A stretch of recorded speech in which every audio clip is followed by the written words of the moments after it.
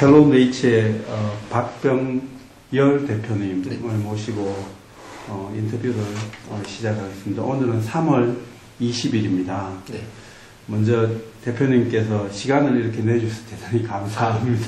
저야말로 찾아와 주셔서 감사드립니다. 특히 또 청년 창업가를 만나는 그 자체는 사실 저희 같은 연구자한테 굉장히 큰 설렘, 긴장, 설렘 뭐 이런 건데 또 네. 새로운 또 창업가를 만나게 돼서 저희들은 굉장히 반갑습니다. 그래서 오늘 뭐 여러 가지로 좋은 말씀을 좀 부탁을 드리겠습니다.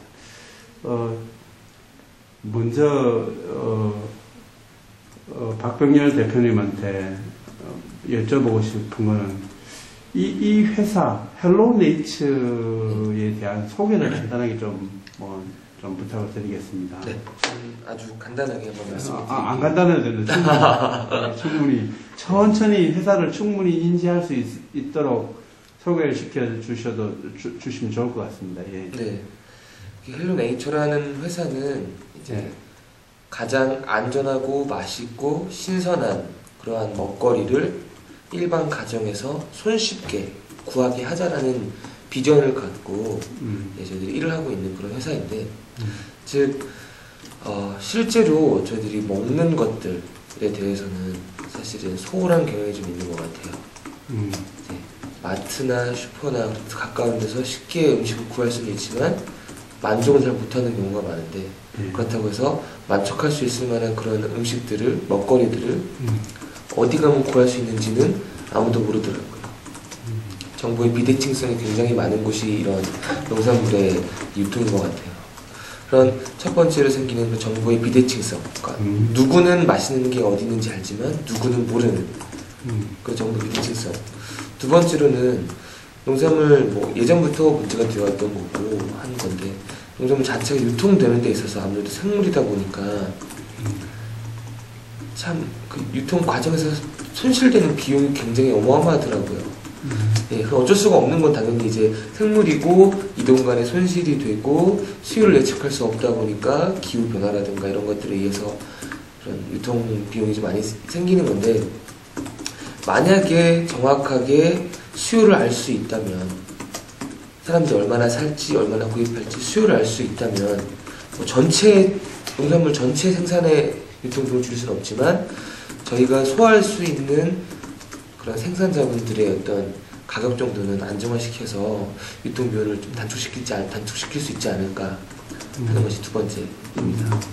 그래서 이런 첫 번째와 두 번째가 가장 큰 메인인데, 이 두 가지를 해결하기 위한, 또 해결하고 싶어하는 그런 회사라고 생각하시면 돼요. 현재는 산지 직송이라고 하는 산지에서 고객에게 바로 택배 서비스가 이루어지는 산지 직송 서비스를 시작으로 해서 고객분들에게 헬로네이처라는 것이 얼만큼 신뢰가 가고 얼만큼 편리하고 얼만큼 합리적인 가격을 제공할 수 있는지를 보여드리고 있고요. 이제 이거 서비스가 지나고 나면은 이제 직거래에 생기는 아주 많은 불편함들, 박스를 대량으로 탄다던가 퀄리티 컨트롤이 잘 안 된다던가 그런 부분들을 해결할 수 있게끔 저희가 중간에 어떤 물류 허브나 물류 센터를 구축을 해서 처음엔 작게 소규모 패키징해서 나중에는 대규모로 다품종 소량 포장을 할 수 있는 그런 방향으로 가려고 지금 준비를 하고 있습니다. 다품종, 소량 소품종, 다품종, 소량. 네. 그렇겠네요. 감사합니다. 언제 생겼습니까, 우리 회사? 기획이 된 거는 2011년 7월 달부터 기획을 했고요. 법인으로 설립이 된 거는 2012년 1월 5일이고, 이제 정식으로 서비스를 오픈한 건 2012년 1월 27일입니다. 1월 27일. 네. 정말 신생이다, 그죠? 네. 그러면 이제 처음부터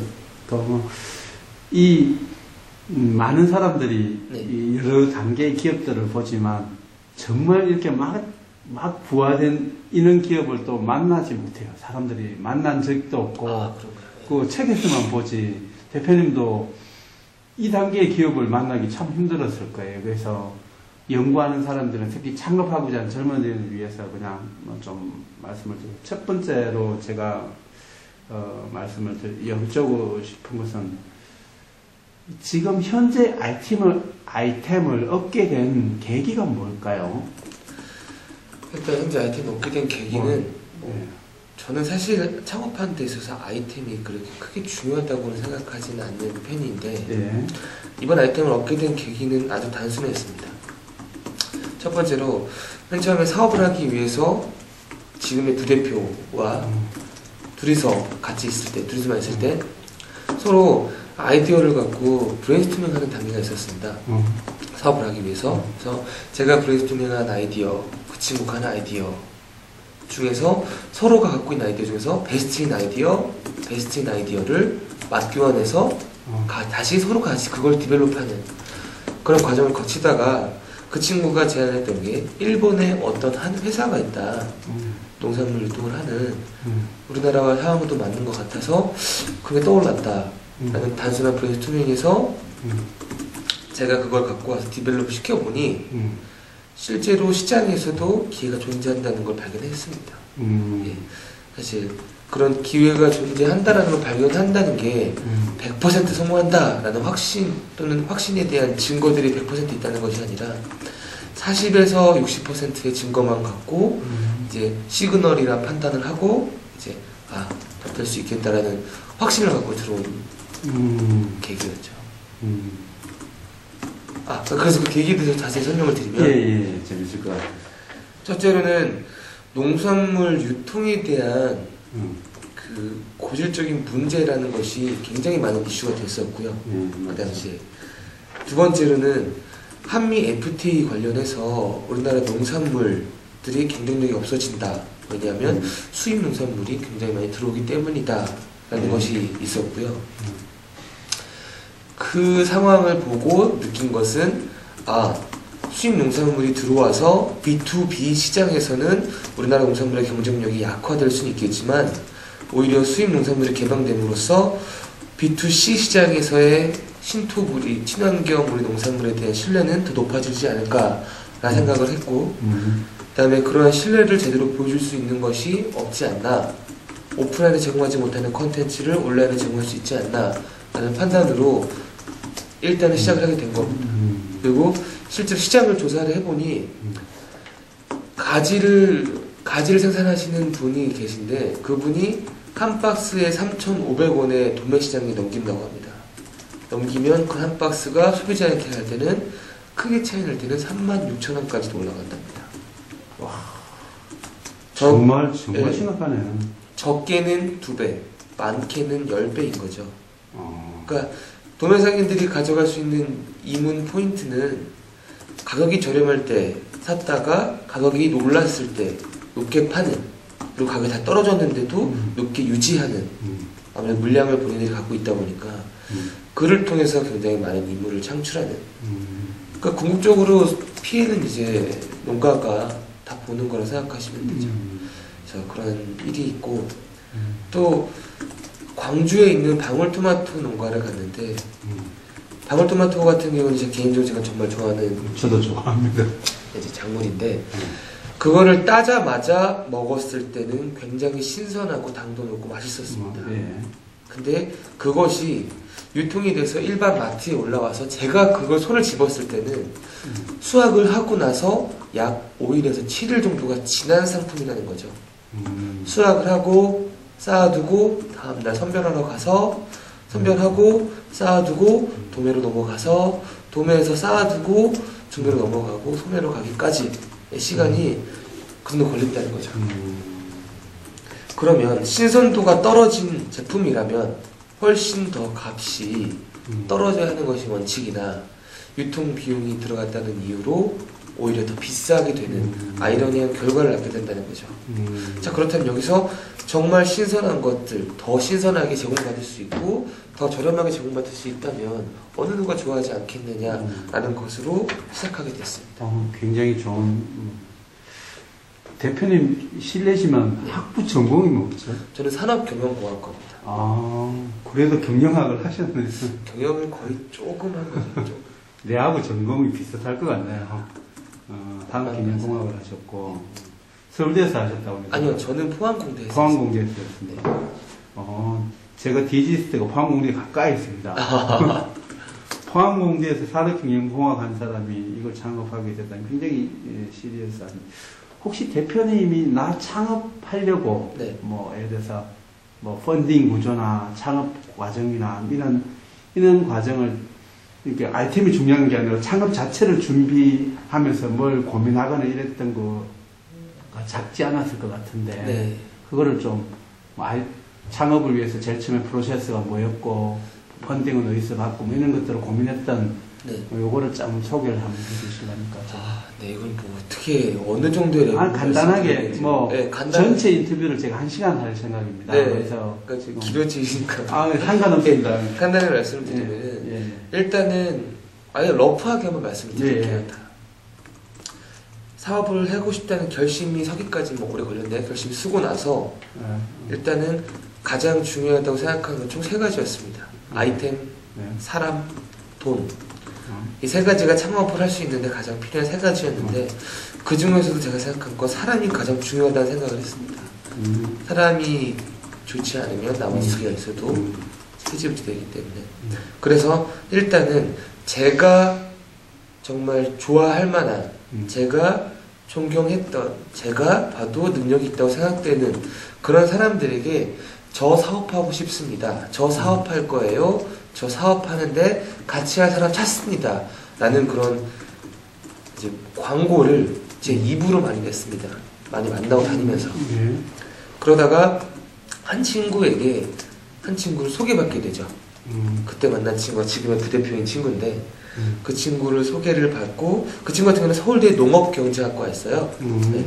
그래서 그 친구 같은 경우는 이제 일본의 뭐 아주 큰 회사에 들어가 입사 예정인 친구였는데 그래서 그 친구를 만나서 이제 아이템에 대한 기획을 하게 됩니다. 이제 다른 분들과 똑같이 이제 브레인스토밍을 통해서 아이템을 기획을 했는데 아까 말씀드린 것처럼 가장 좋았던 방법 그리고 제가 했던 것 중에 좀 정말 이게 효과가 있었다고 생각하는 것은 각자의 시간을 갖고 각자가 아이템을 디벨롭 해옵니다. 리스트를. 그럼 리스트에 대해서 서로가 서로에게 설명을 해주고 서로가 서로에게 보기에 정말 이거 괜찮다고 생각하는 것들을 바꿉니다. 바꿔서 각자의 생각을 바꿔서 각자의 다른 시선으로 다시 또 디벨롭 시켜옵니다.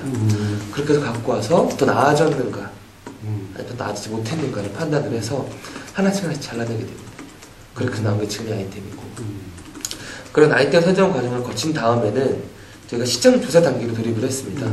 실질적으로 과연 이것이 성공하기 위해서는 상황 자체가 어떻게 돌아가고 내부적인 프로세스가 어떻게 돌아가는지 생리에 대한 파악도 해야 되고 시장 조사를 돌아가면서 동시에 했던 건 인력에 대한 충원이었습니다. 저희들과 뜻이 있는 함께 할 만한 친구들이 있는지 그런 친구들을 찾게 되었고 이제 그런 친구들을 찾다 보니까 총 인원이 4명이 되었습니다. 4명이 되었고 이제 그 정도 되었을 때 저희 쪽에서는 이제는 법인을 설립을 해야 되겠다라는 생각을 하게 되었습니다. 그래서 법인을 설립하고 나서 바로 이제 저희들은 실질적으로 업무에 들어왔습니다. 공급해줄 수 있는 벤더들에 대한 영업 그리고 소비를 해줄 수 있는 소비자들에 대한 영업 이 2가지 측면으로 들어가고 그 외에는 개발 단으로 들어가서 저희 홈페이지 개발을 착수하게 됐죠. 홈페이지 개발 같은 경우는 이제 사전에 미리 착수가 되었었는데 이제 그래서 이런 벤더 쪽 영업과 소비자 쪽 영업을 이제 직접 발로 뛰는 벤더 영업, 그다음에 블로그를 통해서 사전 마케팅을 하는 이 소비자를 영업, 소비자에 대한 영업을 동시에 시작을 하면서 이제 오픈 날짜를 맞춰가면서 준비를 했었습니다. 네. 여기까지가 간단한 스토리인 것 같아요. 창업 작업은? 창업 작업 같은 경우에는 일단은 뭐 미국과는 저희가 좀 다른 구조라서 저희 창업자들, 파운더들끼리 이제 돈을 모아서 얼마 되지 않습니다. 네. 돈을 모아서 창업 자금을 마련을 했고 이제 그 후에 뭐 얼마 되지 않기 때문에 반드시 펀딩을 받아야 되는데 그 펀딩은 저는 엔젤 펀딩을 받는 것으로 일단은 계획을 하고 있고 올해 상반기 안에 엔젤 펀딩을 받을 계획입니다. 그리고 사실 펀딩이라는 것이 엔젤 펀딩을 받고 그 다음에 기관 펀딩을 받는 것이 뭐 일반적이라고 생각할 수가 있는데 엔젤 펀딩을 받는 단계에서는 사실 어떤 이 아이템이 앞으로 향후 얼마큼의 전망이 있고 어떻게 되고라는 것보다는 이제 저희들이 얼마나 혼신을 다해서 할 수 있는지에 대한 마인드 세팅을 보여주는 것. 그리고 이 비즈니스 모델 자체가 얼만큼 탄탄하게 구축이 되어 있는가. 그러니까 매출이 적지 않더라도 얼만큼 강한 엣지 있는 포인트를 갖고 있는가. 이 두 가지만 있으면은 가능하다면 그런 조언도 많이 얻었고 저도 많이 경험했고. 그 다음에 기관 펀딩을 받는 스테이지 가서는 이제 엔젤 펀딩을 통해서 받은 돈을 통해서 저희들에 대한 가능성이 굉장히 많이 보여야 되죠. 그러니까 돈이 투입이 되면 성공할 수 있는가에 대한 가능성, 즉 내부에서 돌아가는 시스템이나 돌아가는 캐시플로우에 대한 아주 건전한 그런 것들을 보여줄 수 있어야 기관 펀딩을 받을 수 있는 걸로 알고 있습니다. 지금 이 기관 입주는 그러면 뭐 이해관계가 있는 게 아니라 내가 돈을 내고 신청해서 들어오는 거예요? 여기? 아니, 여기 같은 경우는 이제 뭐 혁신 벤처 센터라고 해서 지원을 해주는 것이 있습니다. 그래서 저희 같은 경우는 이제 바로 이 장소에서 발표를 해서 이제 채택이 되어서 지금은 현재 무료로 사용하고 있습니다. 네. 이야. 운이 좀 좋았죠. 내가 청년 창업가들과 내가 이렇게 같이 일하는 친구들이나 네트워크가 좀 있는데, 그 창업에서 사실은 공간도 비용이 많이 필요하고 비용이 많이 들더라고요. 경북대에 들어와 있는 친구들 보면 한 달에 꽤 많이 들거든요. 감사합니다. 아, 대표님, 그러면 제가 본인이 한번 본인 굉장히 열정이 있으시고 좋은데, 내가 기업하는 자세? 나는 이런 자세로 기업을 하고 싶고, 나의 멘토는 누가 될 것 같고, 직접 멘토든 간접적으로 하든, 내가 기업하는 자세, 기업가는 이런 것 같다. 내가 앞으로 기업할 자세, 이런 것들을 좀 본인이 생각하는 감정. 일단, 저는 제가 아직 경험이 없고, 제가 아직 그렇게 생각이 깊다고 생각하지 않기 때문에 그런 좀 거창한 거는 약간 좀 말씀드리기 어려울 것 같고요. 벤처 창업을 하는, 그러니까 벤처라는 걸 하려고 하는, 그리고 그거를 이끌어 나가야 되는 그런 CEO적인 위치라든가 대표의 입장으로 이제 만약에 일을 하신다고 하면 당부드리고 싶은 말씀은 벤처 창업이 재미있는 거는 맞습니다. 재밌는 건 맞는데 재밌는 것만 보고 또 재밌다고만 생각하는 그런 사람들이 되어서는 절대 안 되고요. 정말 현실적으로 생각하셔야 됩니다. 진짜로 피 튀기는 전쟁터에 들어간다는 생각으로 하셔야 된다고 생각을 하고 이 사업이 아니면 나는 진짜 죽을 수도 있다 라는 마음가짐이어야 되지 않을까라는 생각을 합니다. 사실 몇몇 사람들을 좀 봤는데 그런 사람들도 있어요. 이 사업이 망하면 난 이거 하면 되지 라고 생각하시는, 그리고 말로 꺼내시는 분들이 많으신데, 저는 벤처를 하시면서 플랜 B에 대한 걸 꾸려나가신다는 것 자체가 어떤 망할 수 있는 첫 번째 증거가 아닌가라는 생각이 듭니다. 플랜 B라는 것, 뭐 이거 망하면 저거 취업하면 되지, 저거 하면 되지, 플랜 B라는 것 자체가 없어야 되고 없다고 생각될 정도로 본인의 머릿속에 여유가 없이 이 사업에 대한 진짜 그 생각만 꽉 차 있어야 되는 그런 마음가짐이어야 된다고 생각을 합니다. 굉장히 중요하면서도 필요한 아까 물어보려고 잠깐만 몇 학번이세요, 대표님? 저는 나이는 85년생이고요. 학번은 05학번입니다. 85년생. 네, 사실은 04학번이어야 되는데 85년생. 제가 1년 더 하게 됐습니다.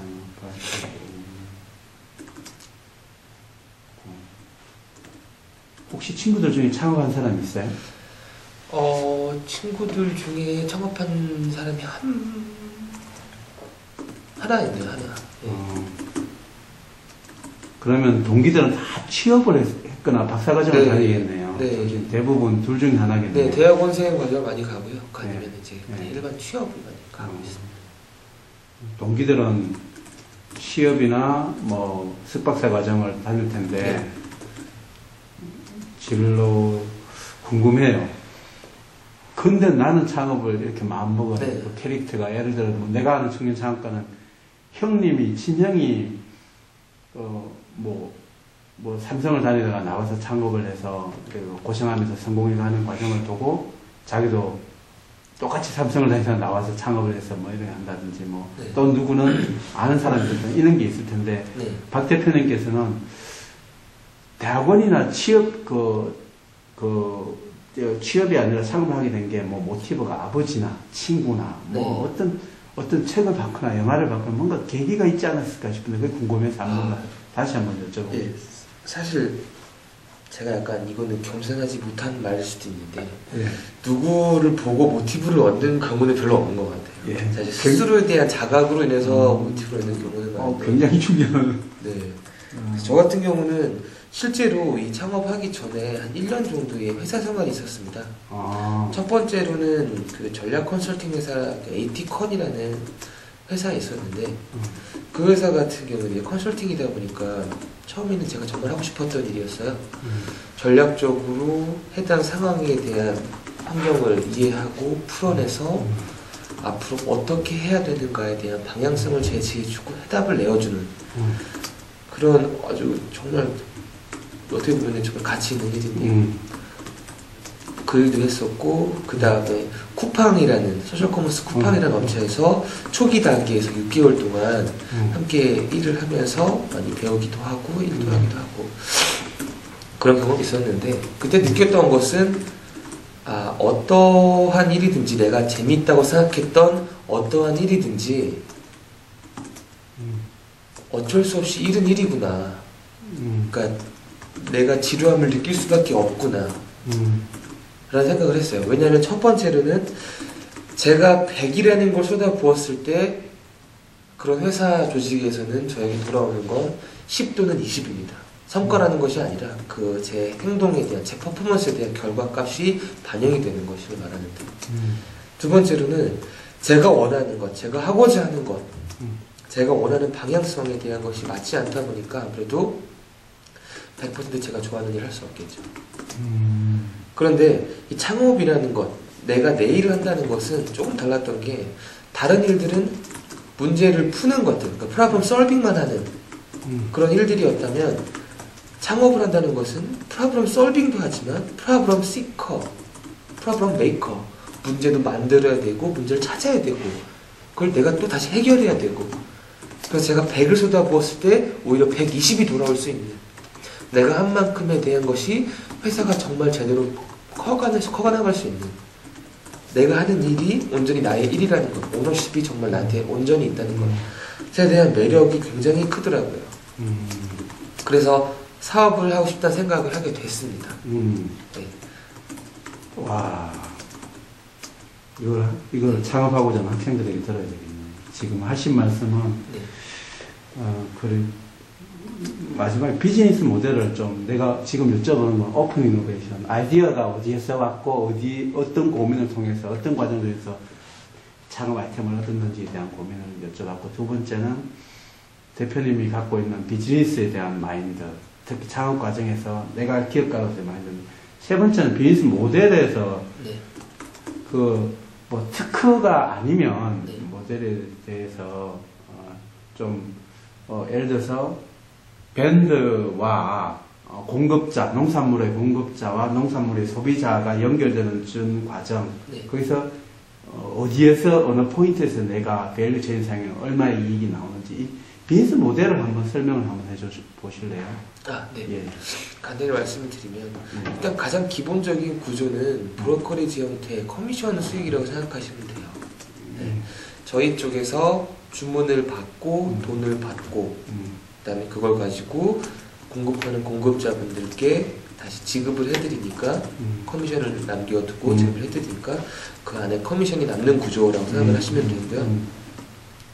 밸류체인 상에서 저희가 이제 들어가는 부분은 사실은 원래는 복잡한 유통 단계가 중간에 껴 있었다고 하면 저희는 중간에서는 이제 그런 복잡한 것들을 하나로 풀어내는데 풀어내는 대신에 거기 들어가는 이제 저희는 채널이 온라인이다 보니까 실내적인 부분, 실내적인 부분을 위해서 어떤 검증하는 단계라든가 그 다음에 이제 균일한 품질이 나와야 되는데 사실 그게 좀 어려울 수 있거든요.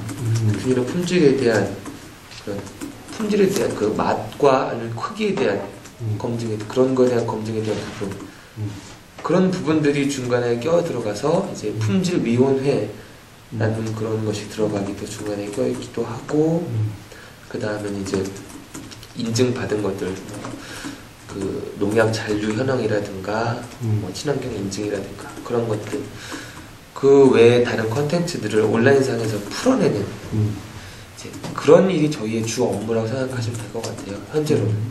근데 사실 그것도 이제 시작이고 향후에는 이제 어떤 시스템으로 돌아가냐면 저희가 수요를 예측할 수 있게 하는 포인트로 들어갈 거예요. 그래서 뭐 예를 들면 일주일에 한 번 또는 뭐 한 달에 한 번 이런 식으로 날짜를 정한다거나 또는 본인이 주문하기 위해서는 일주일 뒤에 배송이 돼야 된다거나 라는 걸 적용을 시켜가지고 매달 며칠에는 각각의 필요한 작물들이 얼마큼 필요한 것인가를 수요를 예측을 해서 생산자분들과 커뮤니케이션하는 생산자분들도 그에 따라서 수익을 더 높이 창출할 수가 있는 그런 형태로 생각하시면 됩니다. 그러면 네. 밴드는 현재는 오프라인 영업도 하지만 우리 헬로네이처를 홈페이지를 보고 네. 내가 밴드로서 참여하고 싶다. 네. 그러면 여기에 온라인상에 신청을 합니까? 온라인상으로도 신청하시기도 하고요. 전화를 좀 주시기도 하고요. 온라인이나 네, 전화로, 메일이나 전화나 네. 전화로 신청을 하기도 하고 직접 가서 영업을 해서 밴드를 구하기도 하고 네. 네. 영업에서 그래서 구하고 그러면 그분들에게 친환경 유기농인지 농약 잔류물이 일정 이하인지를 네. 검증하는 프로세스를 온라인 시스템이 일단 구축되어 있고 오프라인을 그걸 구현한다 이 말씀이신가요? 어떻게 되나요? 그걸로 한번 설명을.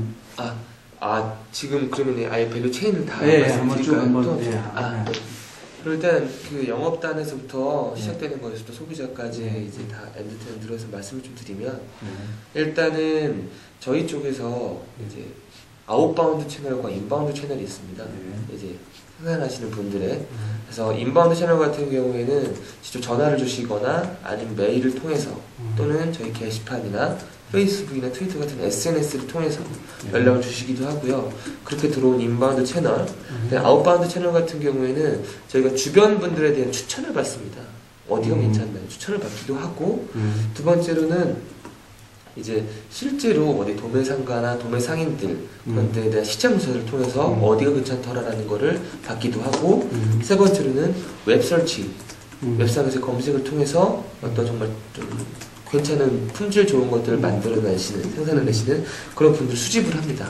그래서 이렇게 무집한 인바운드와 아웃바운드 채널을 통해서 들어온 벤더들 분들을 저희가 기본적인 원칙은 저희들 사원들이 직접 방문을 해서 이제 계약을 해오는 걸로 원칙을 하고 있습니다. 직접 방문을 해서 얘기를 나누고 그분들의 마인드가 어떠한 것인지를 파악을 하고 사진을 찍고 계약을 하고 그래서 컨텐츠에 대한 자료를 수집을 하고 계약을 하고 난 뒤에는 다시 오피스로 돌아와서는 그런 컨텐츠에 대한 자료를 통해서 이 상품에 대한 제품을 꾸미는 제작 과정이 들어가고요. 두 번째로는 이제 계약한 걸 가지고 이제 어떠한 식으로 정산이 되는지에 대한 그런 얘기를 나누기도 하고요. 그래서 그렇게 되면은 이제 판매 채널인 온라인 채널 상에 올라가게 됩니다. 온라인에 이걸 네. 판다라고. 네. 올라가게 되면 고객분들에 대한 홍보는 총 뭐 그렇게 많지는 않은데 뭐 페이스북, 트위터 같은 SNS 채널 그 다음에 이제 저희가 키워드 광고 같은 다음에 네이버에 대한 키워드 광고 그리고 저희 기존에 있던 회원분들에 대한 메일링을 통해서 홍보가 되고요. 그런 홍보를 통해서 들어오신 분들은 이제 대부분은 온라인 채널을 통해서 이제 뭐 무통장, 신용카드 같은 페이먼트를 그 결제 시스템을 통해서 구매하시는데 간혹가다 전화를 통해서 주문하시는 분들도 계세요. 네, 그런 분들까지도 저희는 다 모두 수용이 되고요. 전화 채널과 온라인 채널 모두를 통해서 구매하시게 되면 그렇게 받은 데이터들을 저희가 하루에 한 번씩 수집을 해서 취합을 해서 각각의 벤더분들에게 날려드립니다. 오늘의 배송 정보, 오늘의 주문 정보는 이렇습니다. 라는 걸 날려드리면 그분들께서는 그걸 받으시고 이제 직접 포장을 하신 다음에 배송을 하시게 되는 거죠. 산지에서 소비자에게 바로 배송을 하시면 배송하시고 나서 그 배송하신 송장 번호를 저희에게 전달해 드립니다. 저희는 전달받은 송장 번호를 고객분들에게 알려드리면서 이렇게 배송이 되었습니다 라고 말씀을 드리고요. 그렇게 해서 소비자분들께서는 제품을 받으시고 제품 받으신 다음에 이제 만족하시는 경우가 있고 불만족하신 경우가 있는데 불만족하신 경우에 따라서 교환, 환불을 해드리고 그거에 대한 책임을 경우에 따라 저희가 지기도 하고 상세자분들이 책임을 지기도 하십니다. 가면 구매 신청할 때 돈을 받는 거네요, 먼저. 그렇죠. 그러면 구매 신청을 받아서 제품이 배달될 때까지 얼마큼 걸려요, 보통? 구매 신청을 받고 배달될 때까지 길게는 3일, 짧게는 2일이라고 보시면 됩니다. 굉장히 짧아요. 네, 굉장히 짧은 것 같지는 않아요, 사실은. 그래도 그러니까, 긴 거예요, 그게? 예, 그 정도면. 오늘 거의... 아침에 주문을, 예를 들면 오늘 한 12시, 1시에 주문하면 내일 받는 경우도 있거든요. 창고에 쌓아놓은 경우에는. 네. 근데 저희는 아무래도 창고에 쌓아놓은 경우가 아니다 보니까 오늘 12시나 1시에 주문하셨으면 네. 다음날 배송이 되시고 그 다음날 받으시거든요. 스마트폰에 그 푸시업 서비스를 결합하면 네. 그거를 약간 더 줄일 수는 있겠다. 그렇죠. 앞으로. 그렇죠. 네. 근데 네, 그렇게 그렇죠. 되려면 이제 스마트폰 페네트레이션 자체가 저희 생산자분들에게도 스마트폰 있으시죠. 네. 그렇지는 않아요. 사실. 네, 스마트폰까지는 약간 어렵고요. 적어도 그렇겠다. 메일로 커뮤니케이션은 되게 수월해요. 근데 포장할 때 회사 마크 들어가는 포장을 안 하나요? 아직은 없습니다. 아직은 없고요. 저희가 자체 하나씩 기획하는 게. 그리고 하나 더 추가적으로 말씀드리면 아까 교육 용어 하신다고 해서 말씀드리면 사실 그런 케이스들이 좀 있는 것 같아요. 우리 비즈니스 모델이 완벽하게 구현이 됐을 때 또는 본인들이 원래 계획했던 비즈니스 모델에 대한 형태 를 고집하는 케이스가 좀 있어요. 예를 들면은 야 이거까지 다 돼야 돼, 이거까지 다 돼야지 이렇게 나가면 안 돼. 이렇게 되려면 6개월이 걸리더라도 이거는 꼭 해야 돼. 이렇게 안 되면 우리 게 아니야. 또는 우리는 원래 이렇게 하기로 했잖아. 왜 그렇게 해야 돼? 안 돼. 이런 식으로 고집을 부리는 게 있는데 진짜 유동적으로 생각을 해야 될 필요가 진짜 중요해요. 본인이 기계했던 게 이것이지만 시장의 반응이 이거라면 그렇게 가야 되는 것이 맞고요. 두 번째로는 일단 그 정품 버전, 뭐 흔히 말하는 베타 버전과 정식 버전을 구분을 굳이 꼭 안 해놨으면 좋겠어요.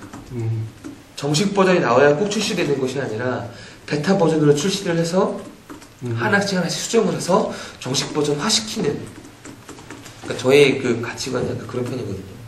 중요한 말씀이네. 네.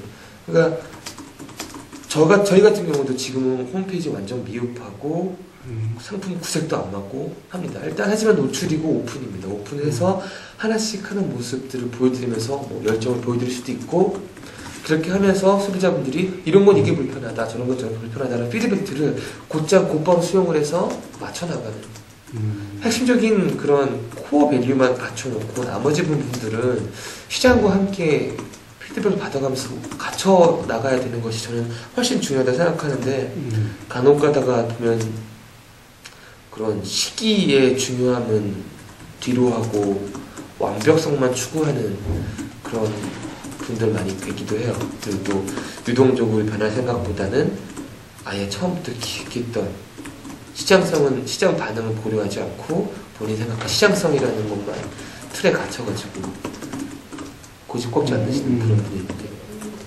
그런 것들이 좀 참고를 하셨으면 좋겠습니다. 정말 중요한 말씀입니다. 와, 오늘 대표님하고는 내가 오늘 정말 잘 만났다는 말씀을 드리고,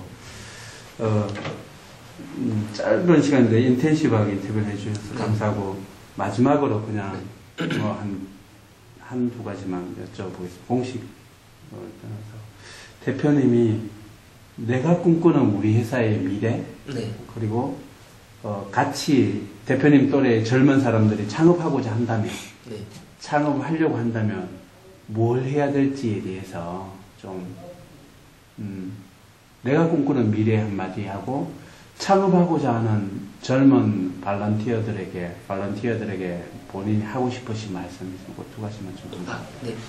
일단 첫 번째 제 회사가 되고 싶어 하는 것은 사실 처음에는 창업을 통해서 제 꿈은 원래 엔젤 투자자가 되는 것이 꿈입니다. 그리고 자금력이 있어야 되고 창업을 통해서 이제 돈을 많이 벌었으면 좋겠다라는 것이었는데 막상 해보니 힘들긴 너무 힘든데 즐겁긴 너무 즐겁습니다. 그것이 공존하는데 왜냐하면 그 사명감이라든가 보람에 대한 부분 성취감이 굉장히 큽니다. 그래서 저는 저희 회사가 어떤 아줌마들이 이제 쇼핑을 하러 가서 뭐 예를 들면 브로콜리를 사러 가서 사러 갔는데 친환경이 없는데 이거 어떡하지? 안 되겠다. 헬로네이처 가서 사야겠다. 거기 거는 믿을 수 있으니까 나는 그런 인식 자체를 할 수가 있는 것. 그런 인식을 좀 만들고 싶은 것이 일단 저희가 되고 싶은 것이고 두 번째로 되고 싶은 것은 이제 생산자분들, 농사 지으시는 분들 기존에는 농협이랑 도매시장이라는 판로가 두 가지밖에 없어서 항상 유통상인에게 후려치기에 당할 수밖에 없었던 분들이 품질에 자신 있는 분들은 이제 예를 들면 유통상인이 들어와서 후려치기를 한다고 해도 아 그래? 그러면 안 팔래. 헬로네이처에 팔지 뭐 라고 할 수 있을 만큼 정말 든든하고 단단한 판매 채널이 되는 거. 세 번째로는 국내에 정말 품질 좋은 농산물들이 정말 많은데 그것들이 실질적으로 외국에 빛을 발하지 못하는 경우를 많이 보고 있습니다. 뉴질랜드의 제스프리, 미국의 선키스트, 델몬트와 같은 그런 통합적인 브랜드를 창출해서 해외 시장에 진출해보는 것. 이 세 가지가 제가 되고 싶은 것이 아닌가 생각이 듭니다. 멋있네요. 그다음 두 번째 창업하고자 하는 분들에게 하고 싶은 말씀은 사실 제가 가장 고민했던 것 중에 하나가 무엇이었냐면 사실 저는 뭐 어떤 마스터가 아니기 때문에 이래라 저래라에 대한 부분은 말씀드리기 어려울 것 같고 제가 고민했던 걸 한번 말씀드릴게요. 저 같은 경우는 사실 안정적인 직장을 갈 수가 있는 경우가 그 기회가 있었고 그걸 충분히 누릴 수 있는 기회를 포기하고 나오는 거였는데 가장 큰 걱정은 내가 한번 창업이라는 제도권 밖으로 창업이라는 곳으로 나갔을 때 과연 내가 성공을 할 수 있을까? 실패를 한다면 나 또한 제도권 안으로 들어가기 어려운 상황이 되진 않을까에 대한 걱정이었죠. 그러니까 궁극적으로는 자신감에 대한 결여였습니다. 그런 자신감이 없을 때 제 선배가 저한테 하셨던 말이 기억나는 게 너가 여태까지 해왔던 것을 생각을 해보라. 저의 역량이나 능력을 키우기 위해서 제가 해왔던 것을 생각을 해보라. 또한 창업을 한다고 했을 때 과연 그 창업을 해서 네가 혼신을 다해서 던진다면 너의 역량들이 다스라지거나 사라지고 감퇴되는 것이 아니라 오히려 더 발전하고 증가될 수 있는 것이 아니냐. 그렇다면 창업을 해서 성공을 한다면 좋은 것이고 실패를 한다 하더라도 너에게는 발전이 있으니 지금 현재보다 더 나은 포지션으로 제도권 안으로 다시 들어갈 수 있는 기회가 충분히 있지 않겠느냐 라는 말씀 해주셨거든요. 충분히 일리가 있는 말이었어요. 네. 자신감을 가지라는 말씀을 좀 해드리고 싶습니다. 더 나아가서는 자긍심까지. 본인에 대한 역량을 굉장히 낮게 보지 마시고 본인에 대한 역량을 높게 보시고 하지만 현실적으로 보셔야 합니다. 본인 역량이 어디까지인지를 현실적으로 보셨으면 좋겠고 현실적으로 보셔서 창업을 해야겠다 생각이 드신다면 바로 실행하시기를 원합니다. 자신감을 가지시란 말. 그걸 일단 첫 번째 포인트로 말씀드리고 싶고요. 왜냐하면 실패하더라도 본인에게는 득이 되는 일일 것입니다. 두 번째로는 이제 다른 부분인데 두 번째로는 갑자기 생각나요. 네. 좀 이따 그거는 내가 사적으로 물어볼게요. 그러면 공식적으로는 오늘 지금 대표님과 인터뷰를 마치도록 하겠습니다. 특히 오늘 마지막으로 학생들에게 우리 잘생긴 대표님 얼굴 한번 보여줘요. 너무 멀리서 잡아서. 감사합니다, 대표님.